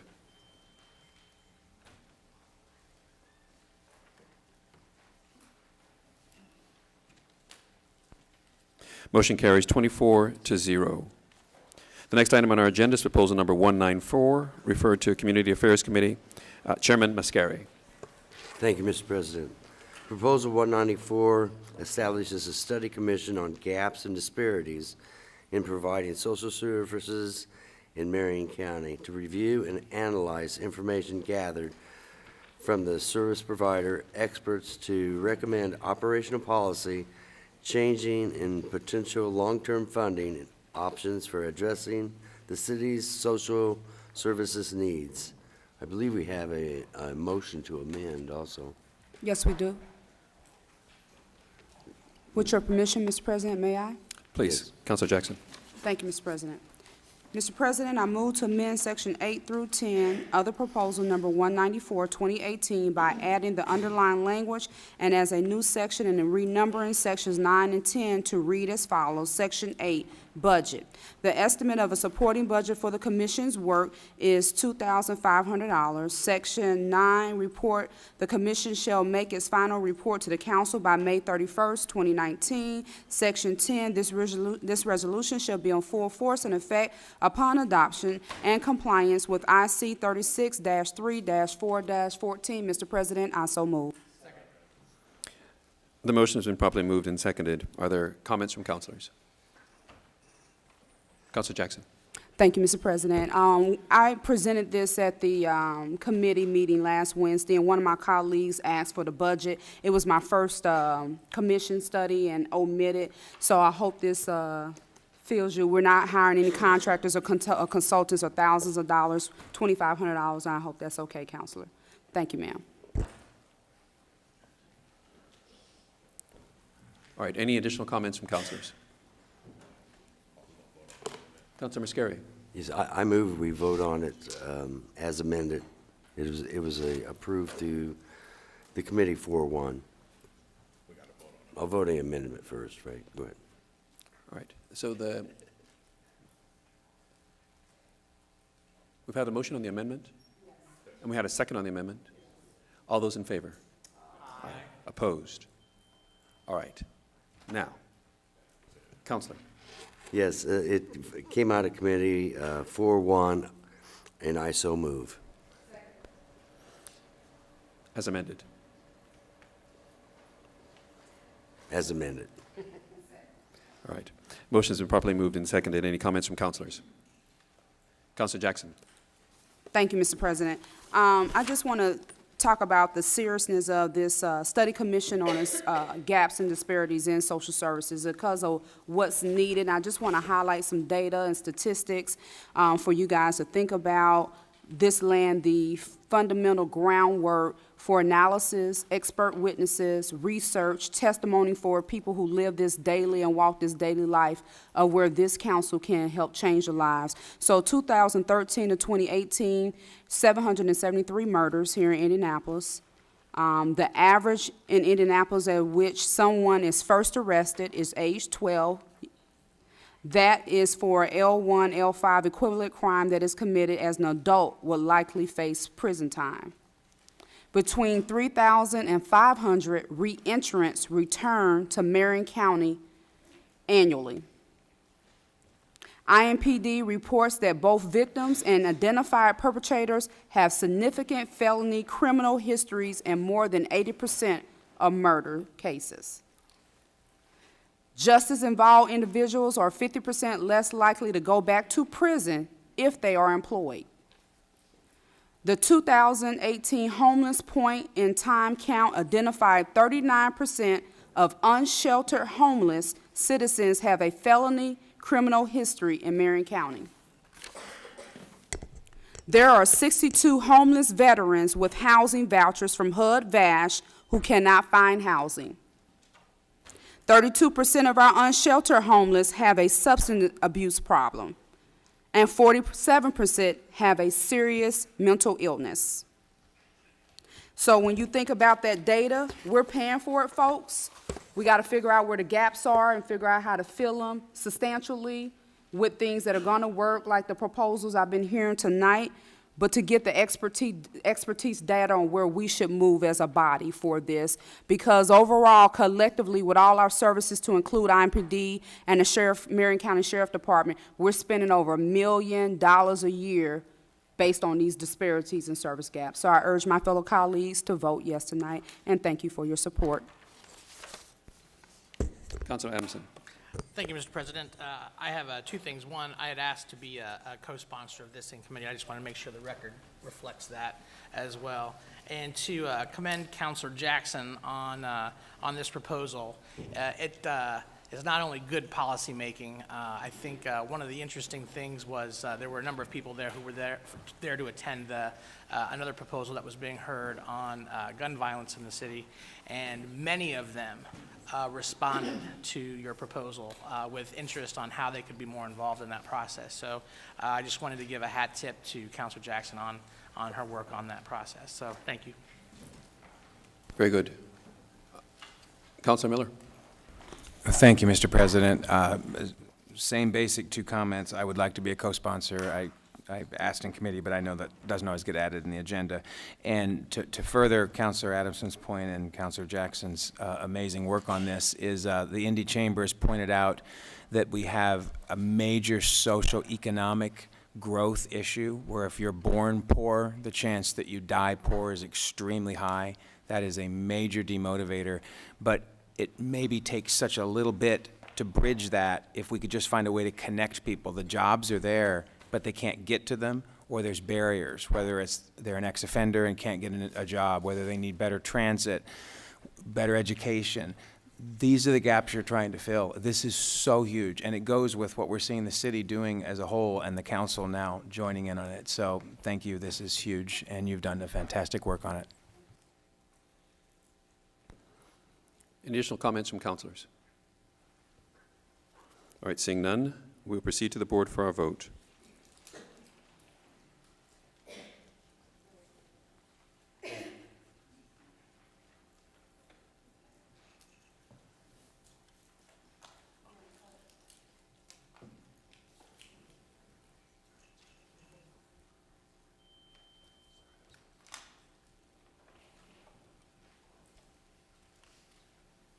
Motion carries by a vote of 24-0.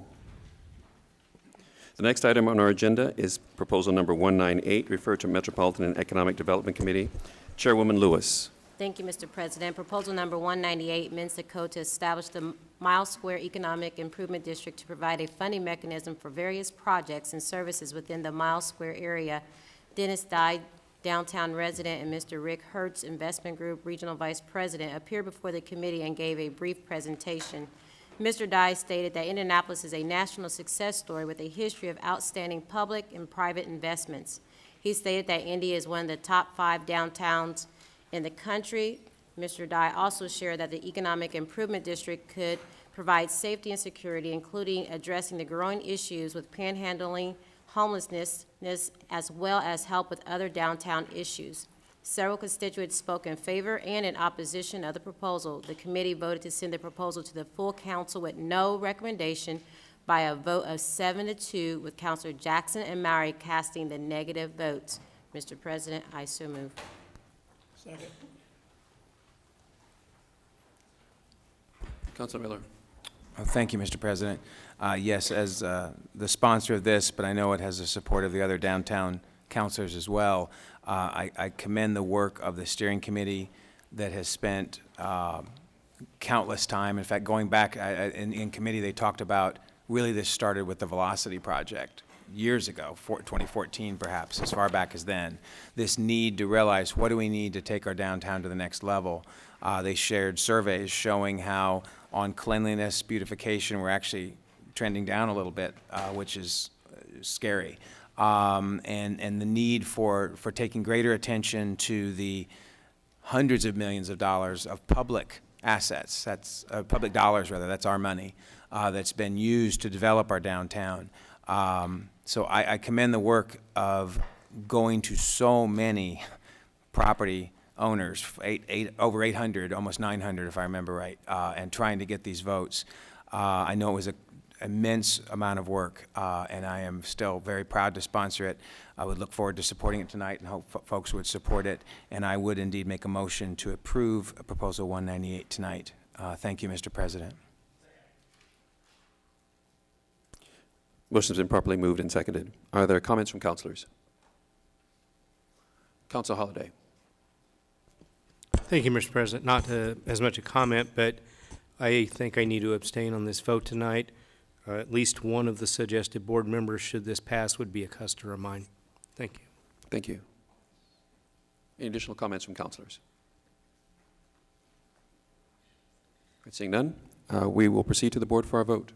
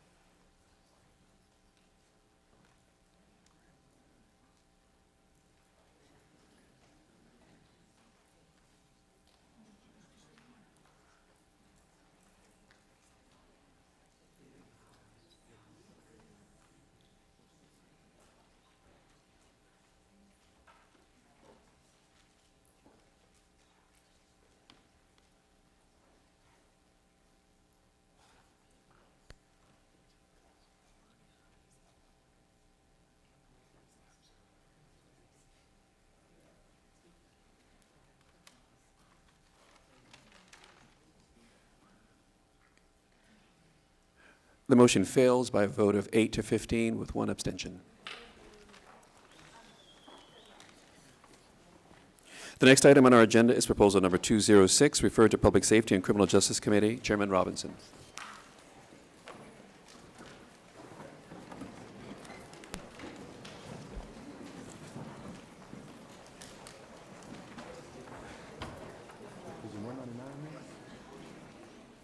Mr. President.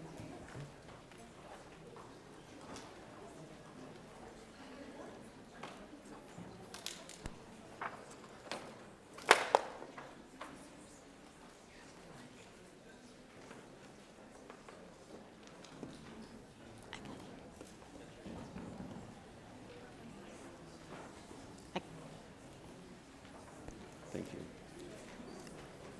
Thank you, Mr. President. Proposal number 199 amends the code to establish the Greater Virginia Area Corridor Economic Improvement District. I'm sorry, Chairwoman Lewis, just one moment. And I made a mistake. The next item on our agenda is proposal number 199, referred to Metropolitan Economic Development Committee. Chairwoman Lewis. Thank you, Mr. President. Proposal number 199 amends the code to establish the Greater Virginia Area Corridor Economic Improvement District for the development and improvement of the Fletcher Place and Fountain Square business area.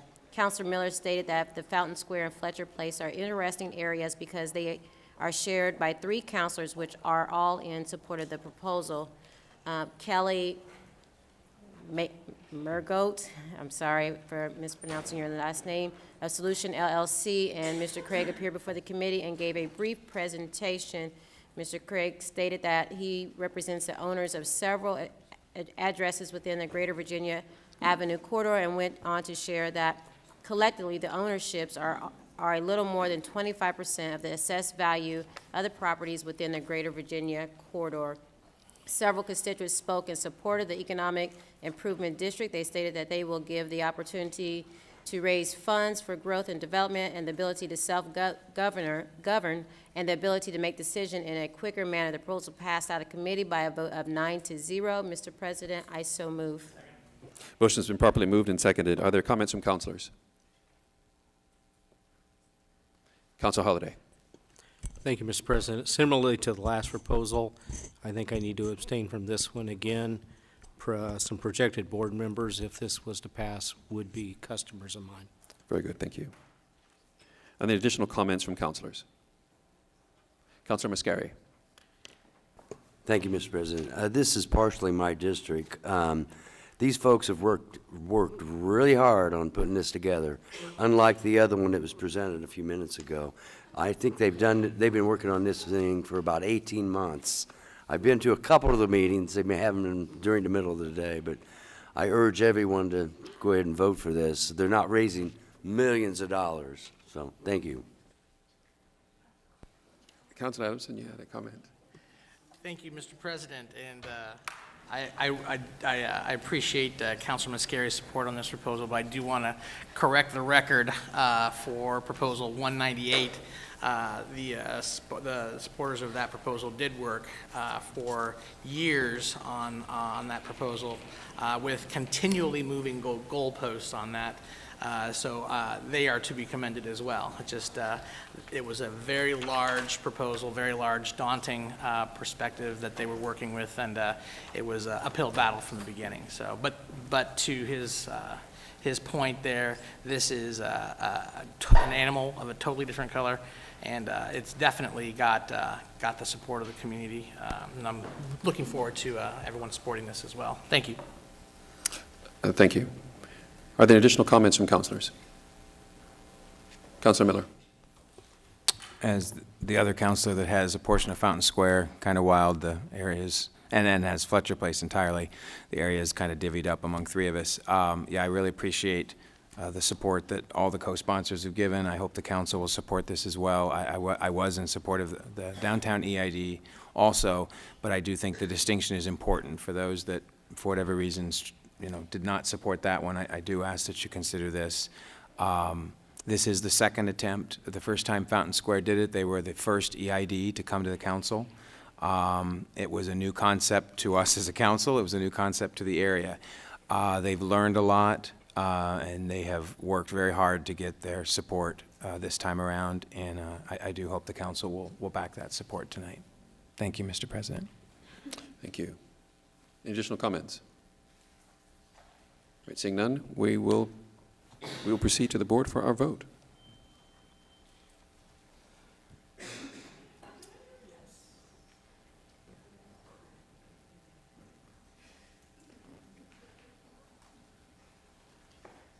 Motion carries with a vote of 21 to 2 with 1 abstention. Councilor Adamson.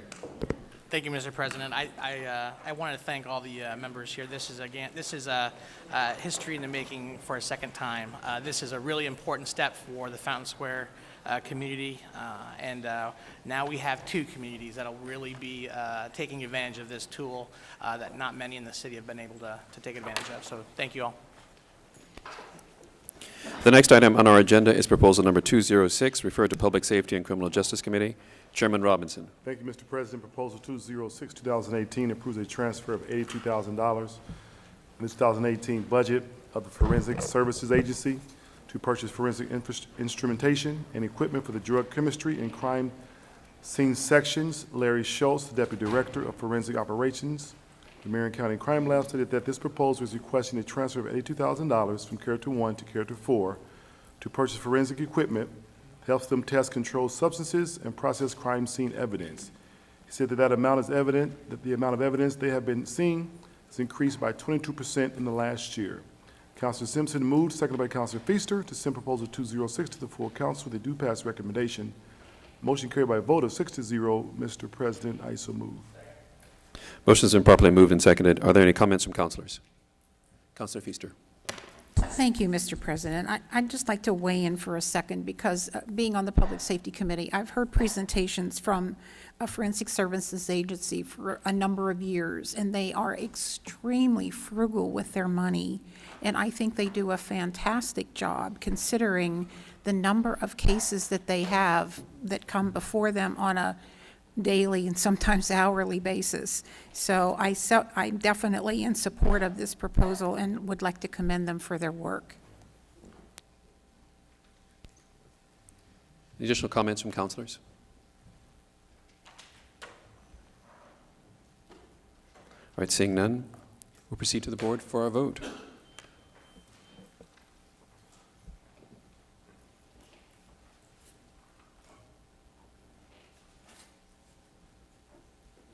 Councilor Gray. The motion carries with a vote of 24 to 0. The next item on our agenda is proposal number 208, referred to Public Safety and Criminal Justice Committee. Chairman Robinson. Thank you, Mr. President. Proposal 208, 2018 amends the code to create a city and county community justice campus fund as sub-funds for the general fund to be used solely for expenses related to community justice campus. Mr. Paul Babcock stated that the general purpose of this proposal is that it is a lockbox for any savings that they find that go towards the community justice campus and to put those savings in a lockbox to not be used for any other purposes. CFO Bart Brown said that the reason they are asking for two funds is because the savings would come from the city and the county side. Mr. Brown said that they are accumulating the funds now in order to ensure the council and the public that they are putting money aside. They will put the savings in either at the beginning or end of the year in that particular fund so that it's transparent. Councilor Simpson moves, seconded by Councilor Carter, to send proposal 208 to the full council with the due pass recommendation. Motion carried by a vote of 6-0. Mr. President, I so move. Motion's been properly moved and seconded. Are there any comments from councilors? All right, seeing none, we'll proceed to the board for our vote.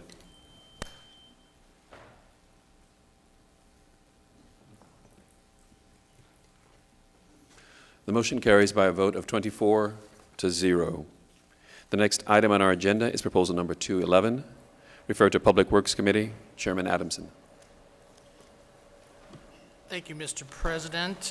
Proposal number 211 approves an interlocal agreement between the City Department of Public Works and the Indianapolis Public Transportation Corporation, or INDIGO, for the financing, design, construction, implementation, and maintenance of rapid bus transit lines in the furtherance of the implementation of the Marion County Transit Plan. Councilor Oliver moved, seconded by Councilor Cordy, to send proposal number 211 to the full council with a due pass recommendation. That motion carried by a vote of 8-0, and I so move. Second. The motion's been properly moved and seconded. Are there comments from councilors? Councilor Simpson. Thank you, Mr. President. Is Dan Parker still here, or he ran out the door? Oh, he moved back up here a little, didn't he?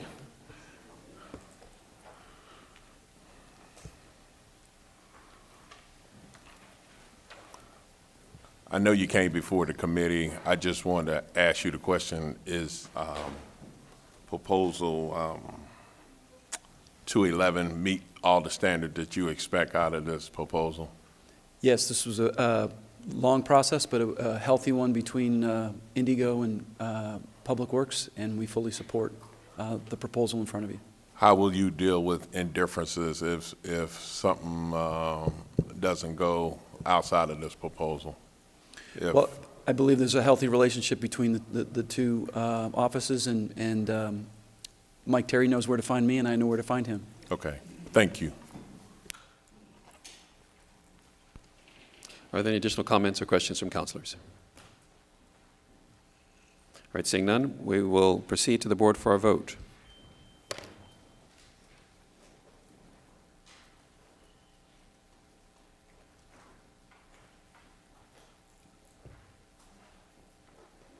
The motion carries by a vote of 24-0. The next item on our agenda is proposal number 211, referred to Rules and Public Policy Committee. Chairwoman Lewis. Thank you, Mr. President. Proposal number 212 adopts the declarations of the Director of Marion County Public Health Department and approves the Safe Syringe Access and Support Program. Dr. Virginia Kane and Nurse Madison appeared before the Rules and Public Policy Committee on Tuesday, June 12, 2018, and presented information on the hepatitis C outbreak in Marion County and answered several questions. The proposal passed out of committee by a vote of 7-0, and Mr. President, I so move. Motion's been properly moved and seconded. Are there comments from councilors? Councilor Wessler. Thanks, Mr. President. I have one question. To find out how successful this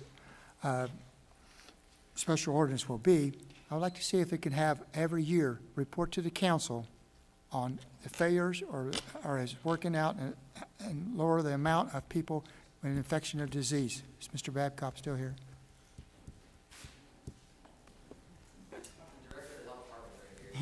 Yes, can you please come forward? Dr. Virginia King was hiding in the back. Mm-hmm. That's Dr. King. I know her. Quite a crowd tonight. Thank you for having this honor and the thoughtfulness to look at this proposal. We're delighted. I think the question was in terms of looking at the effectiveness, being able to provide a report to the city council annually on an annual basis. We're happy to do that. Just a moment. If you don't mind, if you could just announce who you are. Oh, I apologize. So I'm Dr. Virginia Kane, and I'm the director of the Marion County Public Health Department. I'm also a associate professor of medicine at the Division of Infectious Diseases at Indiana University School of Medicine. So I do have a background as a bug doctor. Infectious diseases, not the other guy. So, if you don't mind, Councilor Wessler, did she answer your question? Dr. Kane. Yes, nice sir. to see you this evening. Thanks for being here. Thank you. It's, I think annually for the first couple of years, because I don't think we can discover enough data to really be significant on how much it is, but at least a yearly report for now. So in the early part of the program, you're probably going to identify more hepatitis C cases, and that's because we're going to have a sort of a public-private partnership with all of our major healthcare systems, where most of the folks, they have no symptoms. They are unaware that they have hepatitis C. So we're really going to try to do a huge push to do more screening to identify folks who are unaware that they have the hepatitis C. So initially, for the first 1 or 2 years, you see a greater number of cases of the hepatitis C, but then after that, you should start seeing a downward trend. Okay, will those be divided between people who are non-drug users and people who just want to come in and see if they have hepatitis C? Yes, that's correct. Yes. Okay, thank you, Dr. Kane. Thank you. Councilor McQuillan. Thank you, Mr. President. Dr. Kane, if you just hang up here for a minute, because I think you're going to get to answer some other questions too. As a co-sponsor of this, from over a year and a half ago when the first big outbreak took place in southern Indiana, you and your team have been very responsive to myself and other counselors having concerns about the growing rates of infection in Marion County. I appreciate all the great communication back and forth, and then when the decision was made by you and others not long ago that we had reached a point in Marion County where we were at epidemic levels, I appreciate your willingness to basically put it all on the line, go out in the community, hold forums, public meetings, and gain the public's trust on this issue. I think you've gone a long way with your staff towards dispelling many of the concerns people had, incorrect concerns about syringe exchanges, and I just really want to compliment you for your efforts and urge my fellow counselors to support me in this much-needed measure. Thank you, Dr. Kane. Well, thank you. I really want to thank the council members who've taken the time and the thoughtfulness to really have an opportunity to really understand this program. And I'm just going to be honest with you. We have a great challenge in front of us. This opioid crisis may be one of the greatest challenges all communities were ever faced. And so we have a young generation out there that we want them to be healthy and good civic citizens for our community. And for that, we've got to reach them. We've got to have wraparound comprehensive programs in order to try to get them into the appropriate drug treatment programs. Councilor Simpson. Dr. Kane, can you give us a little background on how this program is being funded? So part of the funding will be from general tax dollars, but we have a foundation in town that's been very instrumental in funding a number of the other safe syringe programs and have given us sort of a initial approval that we will probably be receiving some funding from them. We have also identified some federal dollars that we think will be very successful in going out and probably to be able to get the bulk of the money that will fund this program. And how much does that cost? I mean, in total, what do you think? How much you think the program's going to cost? We're probably looking at about an annual basis of about $500,000 a year. Okay, thank you. Very good. Councilor McHenry. Thank you, Mr. President. I think most of you are aware that I do surveys with my constituents, especially on issues like this. Unfortunately, you know, Dr. Kane and I had arranged, or have arranged, for a town hall meeting, which will still be going on. But unfortunately, it's going to be next Monday night after the vote was taken. So I do a survey of my constituents, and I do want to report what that survey result was, because that does influence the way that I vote. And the survey did show a yes in support of this at 71.6%, no at 20.7%, and an undecided with questions on how the program was still going to work at 7.5%. So that doesn't come up to the 100%. So needless to say, I think my constituents did speak how I should vote on this. Thank you. Thank you very much. Councilor Mascari. Thank you, Mr. President. I would like to be added as a co-sponsor. Very good, thank you. Thank you. Councilor Jackson. Thank you, Mr. President. When I met with Dr. Virginia Kane and went over the alarming data and statistics, I was just shocked myself. Even, you know, as a person that doesn't do drugs, the capability this goes beyond for those who are having affairs and with people who are and don't know that they're infected. So this goes beyond a whole different level of just thinking about people who do drugs. It expands upon all races. And so when you think about the gravity of this, it's huge, and think about the deaths that it's going to reach in all cultures and all people if we don't help put a stop to it now. Not only am I a proud sponsor, not only do I support this, Dr. Kane, I look forward to an expanded program in the future so we can help eradicate this epidemic. Thank you. Thank you. Councilor Fanning. Thank you, Mr. President. Dr. Kane, it is my absolute pleasure to be a co-sponsor with you this evening, and I was very excited when over a year ago you and Mr. Matt Gutwein brought this to our attention, and I have gotten almost no negative feedback at all from my constituents, which is a testimony to the work you and your staff and your efforts. The hill you've really climbed in education. We've come a long way, and I'm really proud. And as someone, I come from a family who's been absolutely devastated by addiction. In certain parts of my family, I've actually lost 2 siblings, and it touches everyone. It touches everyone, and District 2 has some pretty significant heroin challenges currently in Ravenswood and Riverwood. So this is completely a no-brainer. It's the best investment. This is the best $500,000 we're going to spend every year, because it's a public health crisis that not only impacts families, but it will cost us billions, hundreds of millions, and eventually billions of dollars in healthcare costs for our whole community. So thank you for championing this. I look forward to supporting this along with hopefully all of my colleagues. Thank you, Councilor Fanning. Appreciate your thoughts. I have just an outstanding staff, and I wish you in mind if I might have them stand, because they just do such an incredible job. I think they're hiding in the back wall. If some of them will stand, my staff back there.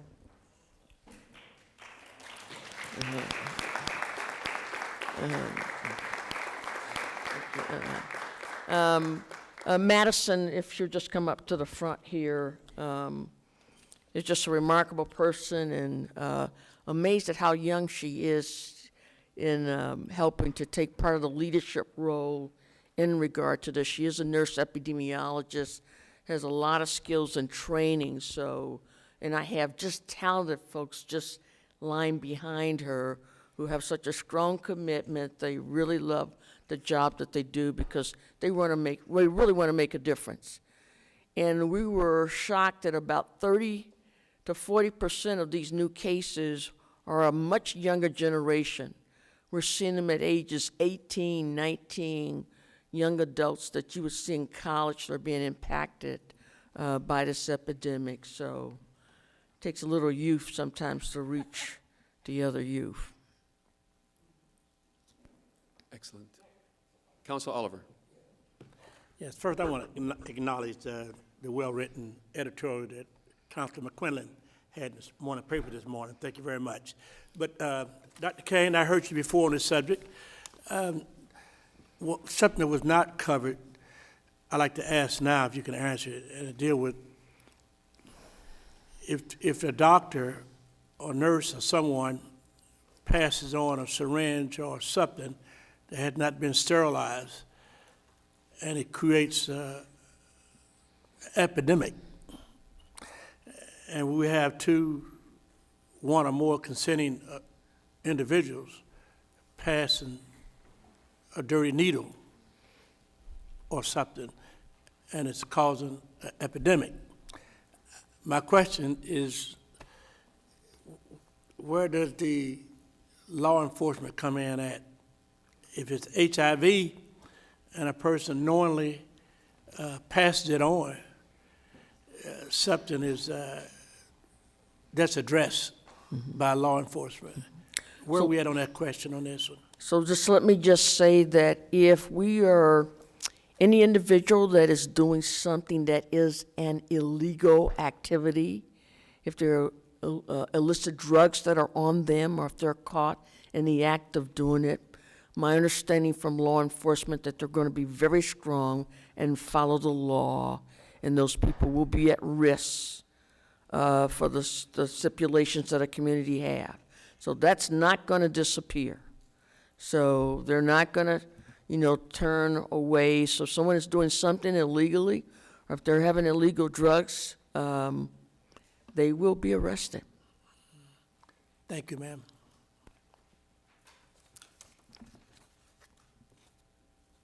Are there any additional comments from fellow councilors? Very good. We will proceed to the board for our vote.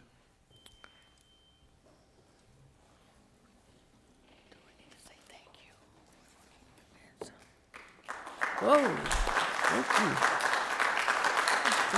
thank you. Thank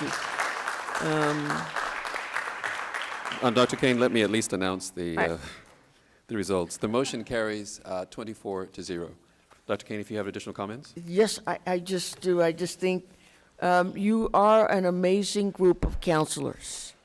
I just appreciate your thoughtfulness in terms of looking at this issue. If you heard all the tough questions you guys have given me and all the homework we had to do looking at other programs to getting the answers back, I see why this city's in good hands. So thank you for all of those who sponsored this. I spent a lot of time. I want to thank you, VOP, Mr. Osley, for your leadership on this, and Ms. Lewis, who I started out with this process, and Mr. Councilor McQuillan, I have to give you honorary doctor's position, but just thank you for just everything. And we'll be delighted to come back in a year. It will make our first responders safe, and that's going to be one of the crucial aspects and the positive benefits from this program. Thank you.